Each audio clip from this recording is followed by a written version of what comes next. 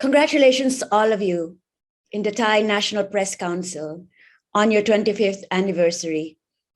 Thank you for this honor and the opportunity to celebrate with you.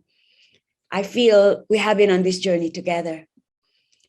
25 years ago, we thought that all we had to do was to get rid of strongmen and authoritarian leaders, and everything would be okay. And here we are. We know now that getting freedom doesn't mean it will last, and that freedom alone doesn't suffice. In a world where journalism is attacked and journalists are seen as elitist and part of the discredited liberal establishment, we need new ways of thinking about freedom, democracy, the role of journalism, and of a free press. 25 years ago, there was a broad consensus around the world that journalists are representatives of the public. They are truth seekers and fact gatherers in the public interest. Therefore, they needed to be protected. Despite their deficiencies and excesses, the news media were believed to be serving vital public functions. Journalists help create a world of shared facts without which rational and democratic discourse is not possible. 25 years ago, the press had moral authority. We had helped unseat dictators and midwife democratic transitions. We were seen as guardians of the public interest. Our role as the fourth estate was largely unquestioned.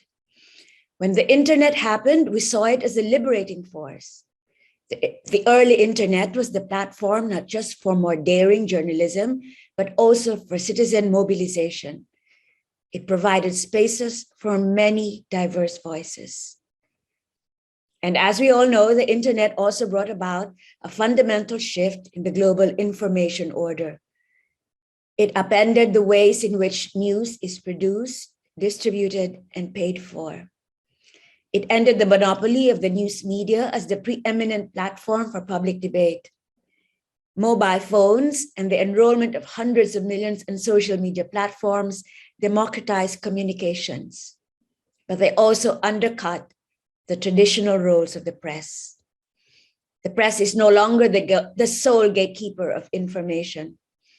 Instead, the gatekeeping on the internet is done by algorithms built by Google, Facebook, etc. The press is also no longer the main forum for public discussion and debate. In many countries, including the Philippines, Myanmar, and Indonesia, especially where there is Facebook free basics, and Facebook is the public's only gateway to the internet, Facebook is the public forum. YouTube is also offered free in many countries, and TikTok for the younger generation is almost free. Its algorithms so good that users are on it for hours. When Putin, Orban, Duterte, and now Ferdinand Marcos Jr. happened, the press also lost something else: the control of its own narrative, of the story it told of itself and its role in society. And so today we are called fake news, prostitutes, enemies of the people, not the watchdog of power or protector of the public interest. Populist and anti-democratic leaders are fanning the flames of resentment against the press. In my own country, the Philippines, Facebook helped propel the social media savvy Rodrigo Duterte to the presidency in 2016. It was also the platform for a virulent campaign against drug users. The demonization of drug users and social and other media helped legitimize Duterte's war on drugs, which has killed thousands. Duterte supporters have also weaponized social media platforms against the political opposition, spreading so many lies that Filipinos are confused and overwhelmed. The new president, Ferdinand Marcos Jr., was elected thanks in part to the propagation of the myth of his father's regime as a golden age. Never mind if Ferdinand Marcos Sr. stole $5 to $10 billion from the country and his regime jailed, tortured, and killed tens of thousands. Philippine social media is filled with the narratives of the Marcos martial law period as a golden age. Lies proliferate. For example, that Marcos set up the World Bank and the International Monetary Fund single-handedly, and that the Philippines under Marcos was the second richest country in Asia after Japan. All lies. This is what censorship by disinformation is like. The velocity of falsehood is such that fact-based media are unable to cope with the task of checking accusations and putting down rumors. When they do so, they are demonized, and their voices are drowned out with threats, insults, and lies. When the institutional gatekeepers that were set up to filter falsehoods from facts are unable to function properly, the public conversation is poisoned by massive doses of untruths. When it takes too much effort to make it through the disinformation deluge, people just give up.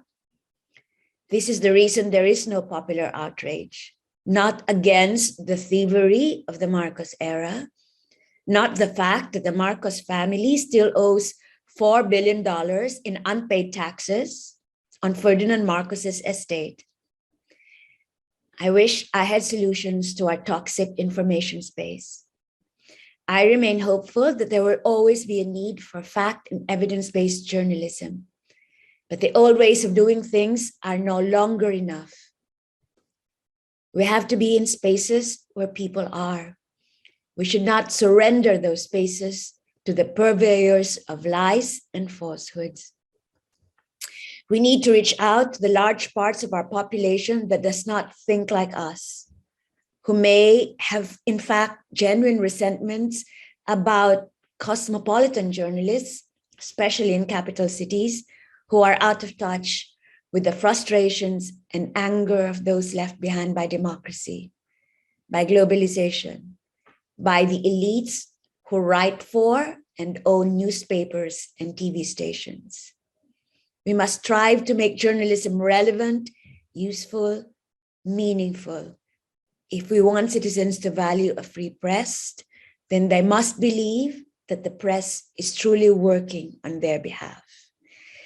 Many of the solutions are outside our control. In Silicon Valley, where social media platforms make massive profits from fomenting division, lies, and hate. We need to close ranks. We need to be in solidarity with each other. I am recording this from Berlin in Germany, where I am teaching a course on journalism ethics in the context of Nazism and the Holocaust. One of the lessons we have from that era is the need for journalistic solidarity. A divided press cannot stand up to autocracy. Another lesson is to resist normalization, the slow accretion of restrictions and controls that we accept as normal until it is too late. It is not too late. We need to close ranks, to think differently, to think bigger, to seize the public service mission to reach people and help touch their minds. Thank you, and again, a happy anniversary to all of you.